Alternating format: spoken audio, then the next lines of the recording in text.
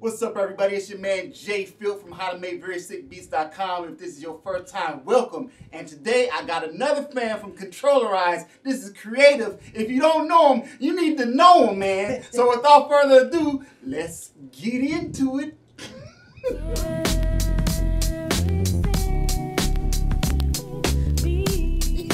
Yo, what's happening, y'all, man? I've been getting a lot of questions of people asking me like, yo, like, how do you get your drums so like warm and so big and so dirty but still keep it clean? Man, usually what I do is, you know, everybody does all their techniques differently. What I do is I just take a day, man, and I just go through records and I go through anything you can find, anything, and I just chop up all my drums and stuff like kicks and snares and I guess vinyl noise, whatever I want to use, man. And what I do is, when I chop those up, I kind of have like my own way of mixing it. Like these drums here, I chop them up.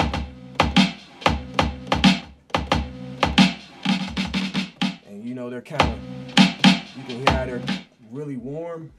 One thing I use, man, on this, I use a glue compressor. Like I'll show you how they sound without the glue compressor. It just kind of, but I want to kind of smooth things out and warm things up a little bit. And I just add some compression right here, you know, cut up the makeup. And usually what that does is that just really just fattens everything up, man. You know what I'm saying? With your hi-hats, everything, man. Like it just really just warms everything up. I just get a glue compressor, man, bring it down here. And the dope thing about it is you don't really even have to have it 100% wet, man. You can kind of have it at like 39, 30% wet, so you can just have a little bit of that compression there. And I usually try to crank the makeup all the way up so I can have it really, really loud.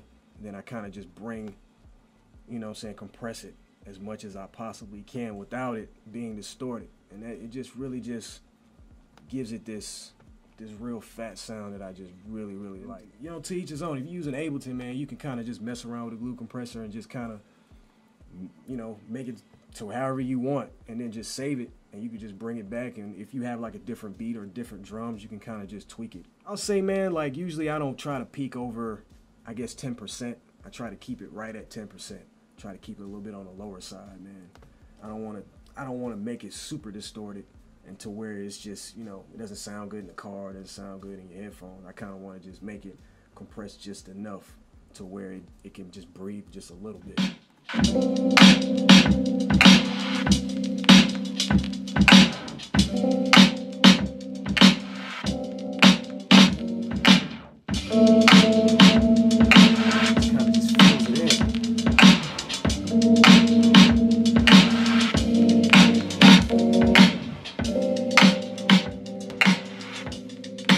Ableton, man, you can group all your tracks together. So what you can do is, here, let's just say I have my kicks here, have my snares here, I have my hi-hats here. So what I do is I just group them all together and add my glue compressor to the whole chain. And what you can do is, with that, you know, you can just compress just only your drums in one area. Just do whatever you need, and then when you add your, you know, like your keys or whatever, and you can kind of just, have everything separate. Cool. So if you like this video, go ahead and hit the thumbs up button. Tell the people where they can find you. All that. You can find me on all social media, man. You can find me on my website, kreatev.com, Kreatev.com.